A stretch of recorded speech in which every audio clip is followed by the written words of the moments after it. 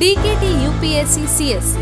अगर आप केवल सिविल सर्विस परीक्षा के प्रीलिम्स, मेंस और इंटरव्यू के वीडियो देखना चाहते हैं तो सब्सक्राइब करें DKT UPSC CSC चैनल। यहाँ आपको टॉपर्स के वीडियो रैंक के हिसाब से अरेंज मिलेंगे। चैनल के लिंक के लिए डिस्क्रिप्शन बॉक्स में जाएं। मेरा नाम तनुश्री मीना है। इस बार मैंने यूपीएससी सिविल सर्विसेज एग्जामिनेशन 2021 में AIR 120 हासिल की है। मैं जयपुर की रहने वाली हूँ। मैंने अपना स्कूलिंग जयपुर से ही महाराजा सवाई मानसिंह विद्यालय से किया है। उसके बाद I have done my graduation in history honors from Miranda House College of Delhi University. Thereafter I did my masters in JNU in modern history. Today on DKT's platform I am going to share some of the online resources which I have followed throughout my UPSC preparation. Since I was preparing at my home and I was not in Delhi, तो उसी वजह से मैं online resources पे बहुत ज़्यादा dependent थी। और मैं यही बताना चाहूँगी कि इस प्रेपरेशन के लिए इट इज़ नॉट नेसेसरी कि आपको दिल्ली जाना पड़े। आप घर में बैठ कर के भी सारे ऑनलाइन रिसोर्सेज, यूट्यूब चैनल्स वगैरह से अपनी प्रेपरेशन अच्छे से कर सकते हैं। तो let us start. First of all मैं अपने रिसोर्सेज शेयर करूँगी जो मैं ऑनलाइन फॉलो करती थी, both some of the websites as well as YouTube channels. तो वेबसाइट्स में मैं कहूँ तो मैं सबसे पहले इनसाइट्स IAS के डेली क्विजेज रेगुलरली फॉलो करती थी। इसमें डेली करंट अफेयर्स क्विज जिसमें वो 5 क्वेश्चंस देते थे, स्टैटिक क्विज जिसमें 5 क्वेश्चंस होते थे और रिविजन थ्रू MCQs जिसमें 10 क्वेश्चंस होते थे। तो इन टोटल 20 क्वेश्चंस मेरे प्रीलिम्स बेसिस पे डेली इनसाइट्स IAS के थ्रू कवर हो जाते थे। उसके बाद में मैं इनसाइट्स IAS का सिक्योर प्लेटफॉर्म पे वो काफ़ी सारे क्वेश्चंस डालते हैं बट सारे नहीं कर पाना थोड़ा मुश्किल होता है। इस वजह से मैं उस पर 3 या 4 questions as per my time availability और मैं उस टाइम पे मेरा मन हो रहा है अगर आंसर राइटिंग करने का तो मैं 3-4 क्वेश्चंस की आंसर राइटिंग भी करती थी।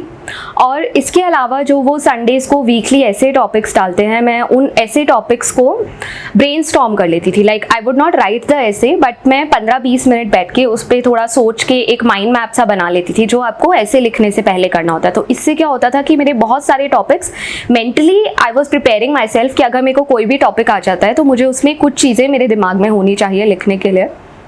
तो these are some of the resources and sites which I followed for Insights IAS, मतलब उनका जो मैंने फॉलो किया था। उसके बाद में एक और मैं YouTube चैनल्स अभी बताना चाहूँगी। तो मैं स्टडी IQ करके एक YouTube चैनल है उसको काफ़ी ज़्यादा फॉलो करती थी। उनके अंकित अग्रवाल सर के इकोनॉमिक्स के वीडियोस मुझे काफ़ी अच्छे लगते थे बिकॉज इकोनॉमिक्स मेरा थोड़ा वीकर सब्जेक्ट था। तो उसको अच्छे से समझने के लिए उन वीडियोस के थ्रू मैं कंसेप्चुअल क्लैरिटी काफ़ी ला पाती थी। उसके अलावा मैं आदेश सिंह सर के हिस्ट्री के वीडियोस बहुत ज़्यादा फॉलो करती थी throughout prelims, mains and interview phase, क्योंकि एक तो हिस्ट्री मेरा ऑप्शनल सब्जेक्ट भी था और उसके अलावा उनके जो वीडियोस हैं वो मुझे काफ़ी स्टूडेंट फ्रेंडली लगते थे कि मतलब ऐसा नहीं था कि बहुत ही ज़्यादा टेक्निकल चीज़ें बोल रहे हैं but at the same time वो काफ़ी अच्छे से एक्सप्लेन करके समझाते थे। और मैं आदर्श गुप्ता सर के जो एनालिटिकल वीडियोस होते हैं इश्यूज़ वगैरह के लिए वो सब भी बहुत फॉलो करती थी। तो मैं स्टडी IQ काफ़ी फॉलो करती थी। प्रीलिम्स के लिए मैं ओनली IAS का प्रीलिम्स बूस्टर सीरीज़ मतलब डेली करंट अफेयर्स का वो एक शाम में वीडियो निकालते हैं जिसमें वो उस दिन के न्यूज़पेपर से prelims related current affairs cover करते हैं। तो मैं वो भी रेगुलरली फॉलो करती थी।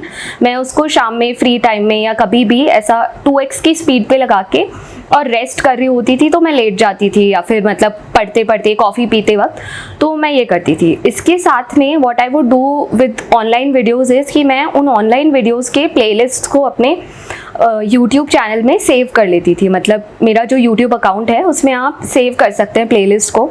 तो जब भी मैं फ्री होती थी, रेस्ट कर रही होती थी या फिर मतलब ऐसा होता था कि मेरे को बुक्स पढ़ने का मन नहीं है तो मैं उन प्लेलिस्ट को 2x की स्पीड पे चला लेती थी ईयरफोन्स लगा के और ऐसे आंखें बंद करके लेट जाती थी। तो मतलब बहुत सारे वीडियोस ऐसे होंगे जो मैंने मल्टीपल टाइम्स देखे होंगे कि या फिर सुने होंगे। देख भी नहीं रहती थी तो देखती भी नहीं थी तो मैं उनको बार बार सुनती रहती थी।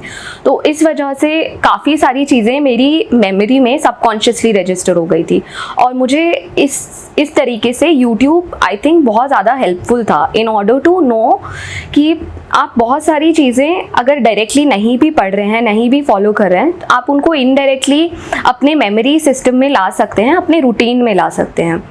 साइट्स में अगर मैं और बात करूं ऑनलाइन रिसोर्सेज की तो मैं एज सच फॉलो नहीं करती थी, बट जब भी जैसे मुझे मेरे न्यूज़पेपर्स के या फिर कोई भी सिलेबस रिलेटेड टॉपिक्स के नोट्स बनाने होते थे तो मैं गूगल पे जाके उस टॉपिक को लिखती थी और साइड में यूपीएससी टाइप करके सर्च कर लेती थी।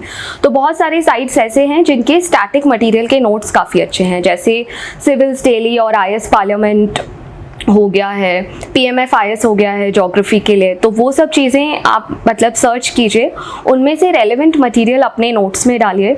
दृष्टि IAS का पूरा सेकेंड ARC रिपोर्ट्स के छोटे छोटे समरीज़ हैं एंड मैंने उन्हें बहुत अच्छे से पढ़ा है। मतलब उन समरीज़ के थ्रू मैंने अपने काफ़ी सारे टॉपिक्स के नोट्स बनाए हैं। स्पेशली जो रिकमेंडेशंस आपको लिखनी होती हैं अपने मेंस के आंसर्स में, उसमें सेकेंड ARC रिपोर्ट को कोट करना इज़ वेरी इंपॉर्टेंट। एंड उसके लिए ऐसा कहीं पे अगर आपको मिल जा रहा है कि आपको पूरा सेकेंड ARC रिपोर्ट को नहीं पढ़ना पड़ रहा है, बट आपको सिर्फ उसकी समरीज मिल रही हैं जो कि दृष्टि IAS पे बहुत ही इजीली अवेलेबल था, तो मैंने उन समरीज को बहुत ही जुडिशियसली यूज़ किया आई वुड से। उसके अलावा राजतनल सोलंकी मैम के जो ज्योग्राफी के वीडियोस हैं मैंने वो भी काफ़ी फॉलो किए थे for conceptual clarity in geography. उसमें भी मैं सेम चीज़ करती थी कि मैं उसको ईयरफोन्स लगा के 2x की स्पीड पे और सुनती रहती थी बार बार 3-4 बार, तो वो काफ़ी मेरे दिमाग में रजिस्टर हो गई थी चीज़ें। I think these are some of the online resources which I followed throughout my preparation. इसके अलावा और भी कुछ साइट्स हैं जो मैं फॉलो करती थी, या मतलब कभी कभी ऐसा कि अगर एक ही एक साइट में आप बहुत ज़्यादा यूज टू हो रहे हो तो आप देख लो दूसरी साइट्स भी।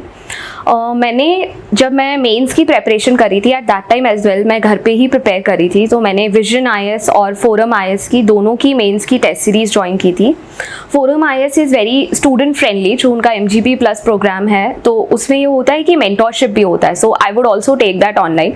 तो मैं पूरा अपना क्वेश्चन पेपर्स और आंसर शीट्स को प्रिंट करती थी, उसके बाद में अपने रूम में आंसर्स लिखती थी, फिर उनको अपलोड कर देती थी और वो चेक होके मुझे ऑनलाइन फॉर्म में ही वापस आ जाते थे। तो इस वजह से मुझे नहीं लगा कि मुझे इंटरव्यू के टाइम के अलावा कभी भी प्रेपरेशन में दिल्ली जाने की ज़रूरत है। मतलब आप घर बैठ के, चाहे आप इंडिया के किसी भी कोने में हो, आप बहुत ही अच्छे से इस एग्ज़ाम का प्रेपरेशन कर सकते हैं। And Delhi is not the hub any more for UPSC preparation.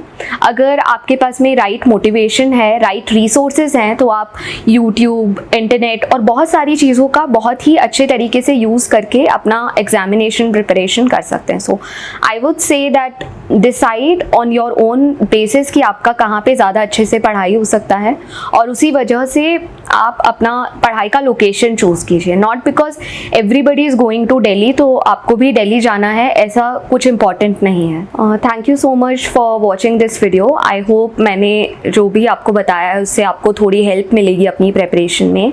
Thank you so much.